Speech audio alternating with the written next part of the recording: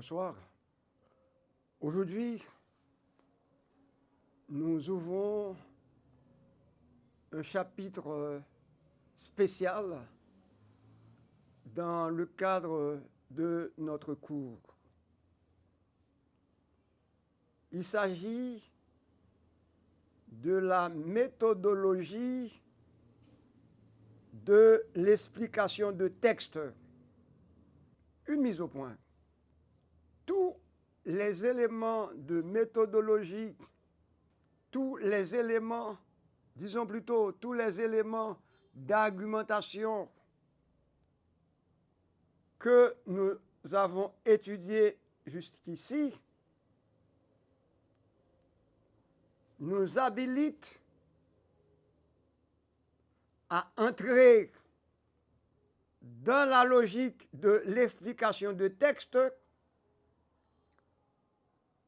nous habilite à entrer dans la logique de la dissertation.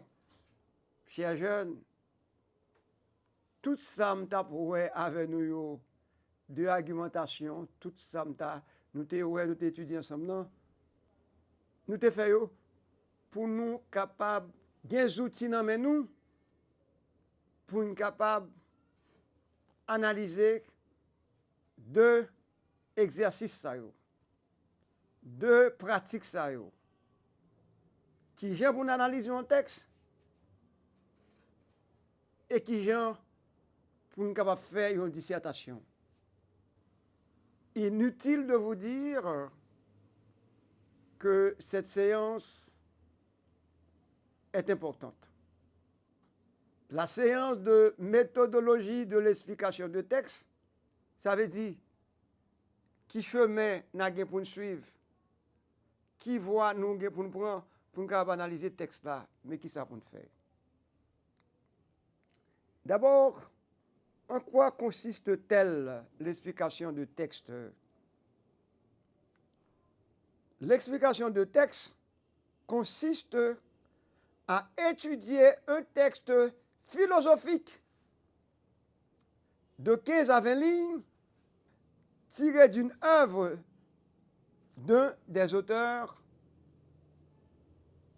que vous avez à étudier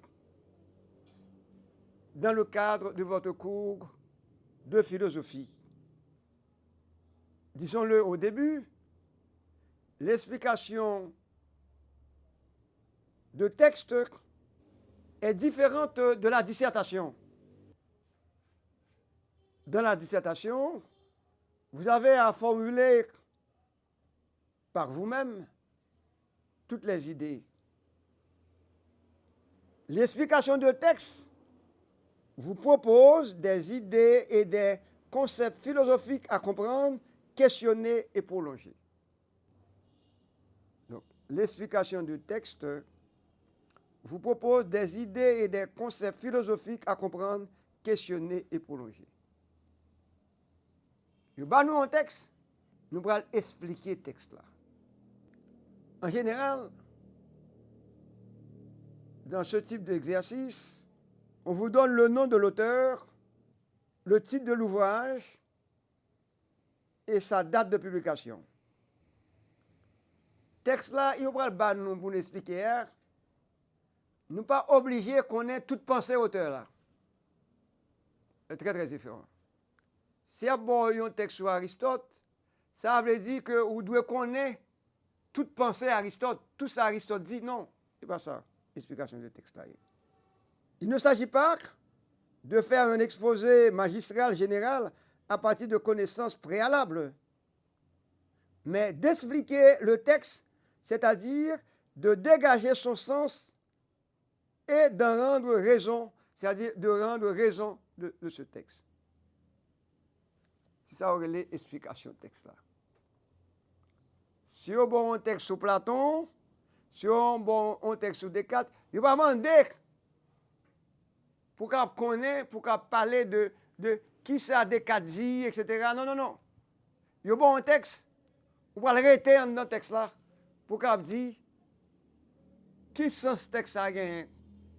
C'est pourquoi on parle d'explication de texte. Il y a un texte là, il dit mais qui est auteur, qui écrit, il s'agit d'expliquer les idées et les concepts.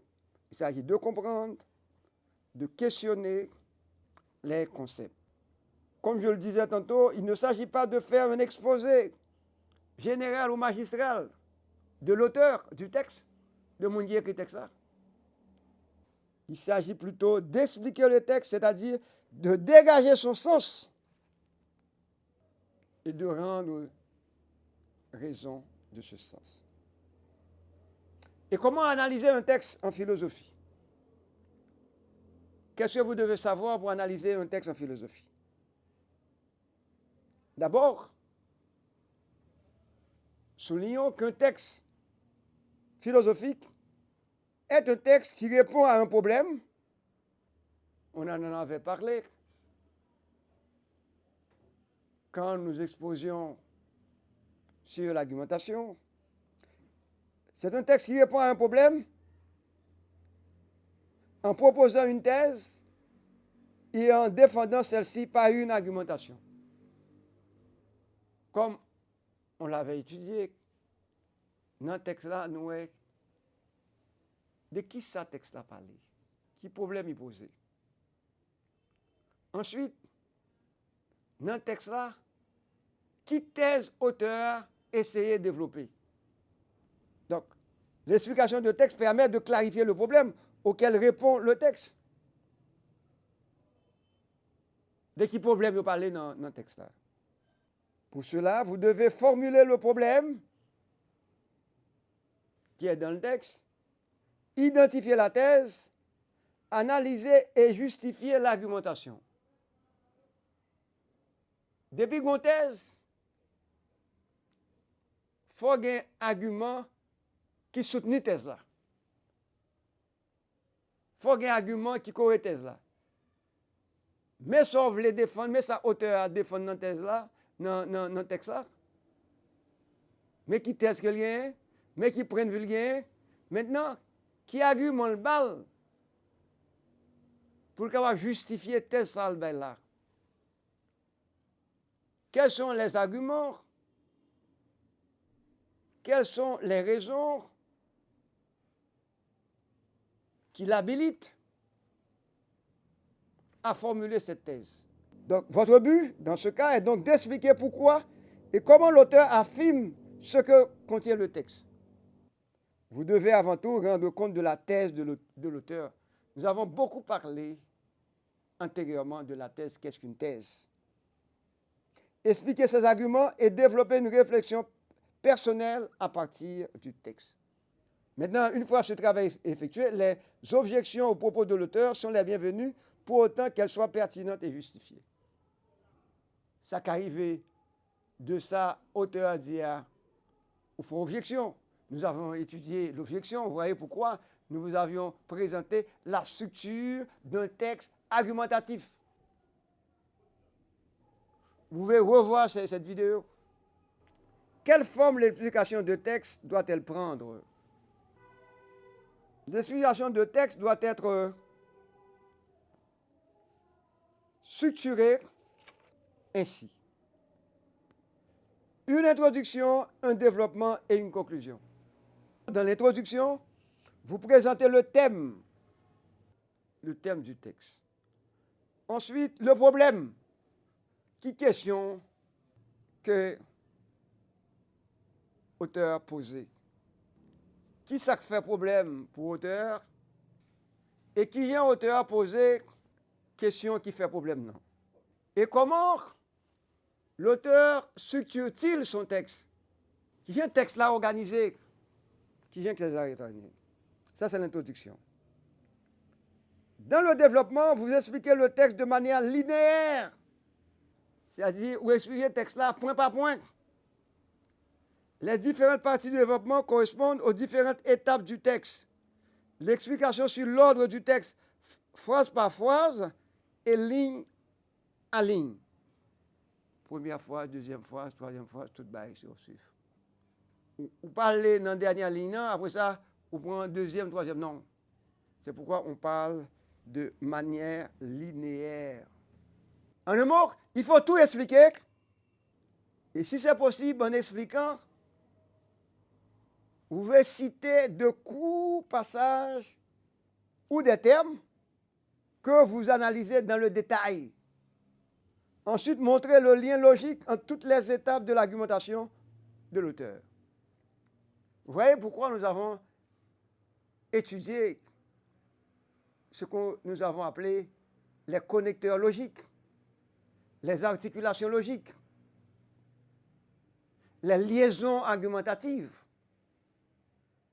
Tout ce débat là. Donc, puisque vous aurez à montrer le lien logique entre toutes les étapes de l'argumentation de l'auteur. Est-ce que l'auteur est cohérent? Est-ce que les idées s'enchaînent à l'intérieur du texte? Lorsqu'on fait ça pour le développement, on va le conclure. Dans la conclusion, vous allez récapituler la progression du texte. Vous reformulez la thèse de l'auteur. C'est ça, vous présentez la thèse de l'auteur avec vos propres termes. Et vous montrez l'intérêt philosophique du texte et ses limites. Est-ce que ce texte est pertinent?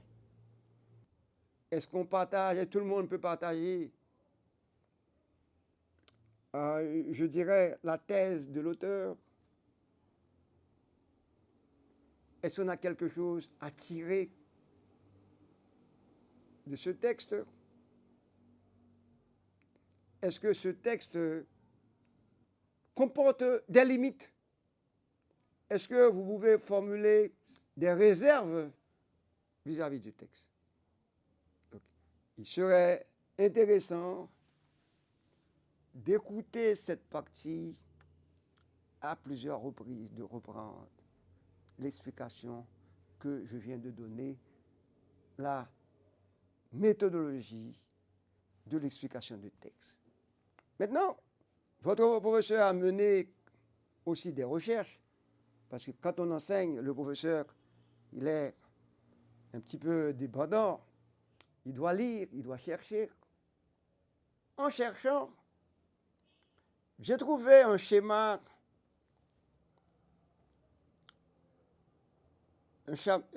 d'un auteur qui s'appelle Fanny Bernard. Il nous présente un schéma que je vais vous présenter également. Et je prendrai soin de vous expliquer ce schéma. Il s'agit de 7 étapes de l'explication de texte. Je vais expliquer rapidement. D'ailleurs, ce schéma,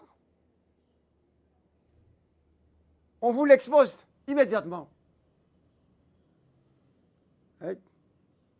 Les 7 étapes de l'explication de texte. On vous expose ce schéma. Et nous allons tenter de l'expliquer rapidement.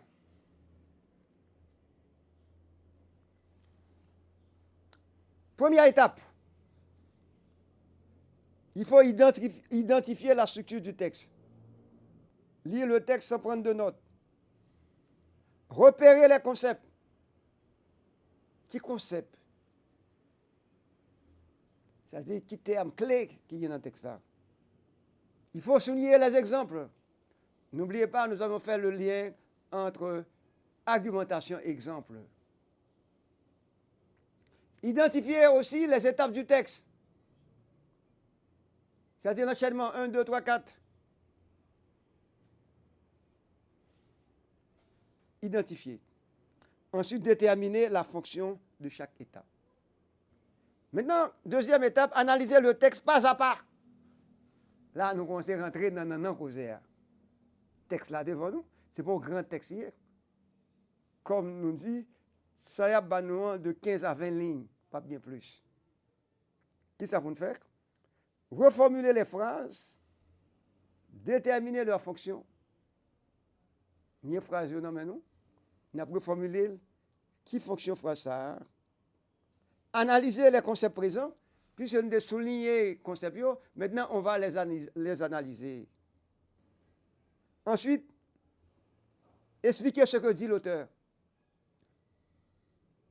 Que dit l'auteur dans ces paragraphes, dans ces lignes, dans ces phrases? Illustrer ce que dit l'auteur et dans l'étape ça, ou qu'à faire objection, dit est-ce que d'accord, est-ce que sur qui ça, qui se va comprendre dans l'auteur, est-ce que dans sa auteur d'hier, ou une petite réserve, ou un petit mais. C'est ça, on veut dire objection. Une troisième étape qui aurait les, de ça, on pourra le préparer. Introduction. Dans l'introduction, on préparer, retourner à samedi d'hier, identifier le thème, trouver le problème, identifier la thèse, dégager les enjeux, c'est-à-dire les implications de la thèse. Si m'accepte ça, qui sa thèse ça capable d'entraîner? C'est pour qu'on parle d'enjeux, on parle d'implications. Dégager les enjeux. Énoncer la structure. Donc, quatrième étape, si vous voulez, c'est introduction pour le préparer. Ouais, il y a un lien entre 3 et 4 là. Formuler le thème, formuler le problème, formuler la thèse, énoncer les enjeux, annoncer le plan. C'est dans l'étape ça, dans l'introduction, l'on écrit l'introduction, après ça on va le dire, mais qui plonge, mais qui vient, on va le traiter, pareil ça. Puisque vous annoncez le plan, il faut rédiger les différentes parties du plan. Vous faites plan, on va le rédiger, on va le travailler. Maintenant, vous entrez dans le cœur de la rédaction, introduire chaque partie en formulant l'idée générale, expliquer chaque étape du texte, conclure chaque partie en résumant son intérêt et en rédigeant une transition avec la partie suivante. Là encore, il faut savoir utiliser les transitions, ça veut dire l'on partie, l'on sauter nos parties pour entrer dans l'autre partie. Les transitions. Et dans ça, dans la question de transition, ça, et nous sommes capables toujours trouver un passage. Nous sommes toujours trouver un passage dans le livre ça, que je t'ai présenté nous, qui est extrêmement important parce qu'il y a un chapitre sous paragraphe et dans le chapitre sous paragraphe là, et bon côté, nous parler de transition qui est extrêmement important, la question c'est le métier d'étudiant, guide méthodologique du travail intellectuel. Il y a une partie dans le livre ça, il y aurait les, à la page 206, où il y aurait les transitions. Okay? Les transitions est la manière dont vous y prenez pour signaler à votre lecteur qu'un développement s'en vient, qu'un développement est terminé ou qu'un autre débute. On signale au lecteur ou à la lectrice qu'un développement s'en vient, qu'un développement est terminé ou qu'un autre débute. Les transitions aident le lecteur à passer d'une idée à une autre, d'une partie à une autre, d'un argument à un autre. Elles signalent la cohérence d'un texte. Ce sont elles qui doivent conduire le lecteur vers une lecture éclairée et significative. Pour lire organiquement 2 paragraphes par une transition, 2 moyens linguistiques peuvent être utilisés. Ce lien peut être marqué par un pronom de rappel, ceci, cela, celui-ci, celui-là, une conjonction ou une locution conjonctive, et, mais, or, car, donc, pourtant, cependant, ainsi, depuis que, avant que. Ce lien peut être marqué aussi par certaines expressions du genre à la vérité. On voit maintenant pourquoi nous sommes ainsi conduits. Nous avons, au cours du développement précédent, voilà. Au début ou à la fin de chaque paragraphe, de chaque thèse, de chaque partie, doit apparaître une phrase de transition qui signale au lecteur qu'un développement se termine et qu'un autre débute. Les phrases de transition montrent la cohérence du texte. Ensuite, vous avez la conclusion, rédiger la conclusion, c'est-à-dire, c'est une sorte de récapitulation. Donc, on récapitule la progression du texte, un rappel de la thèse, et puis, dans la conclusion, on montre l'intérêt philosophique du texte. La 6e étape. Et puis, nous avons une dernière étape, la 7e étape. Donc, il s'agit de se relire. Prenez l'habitude de relire vos textes.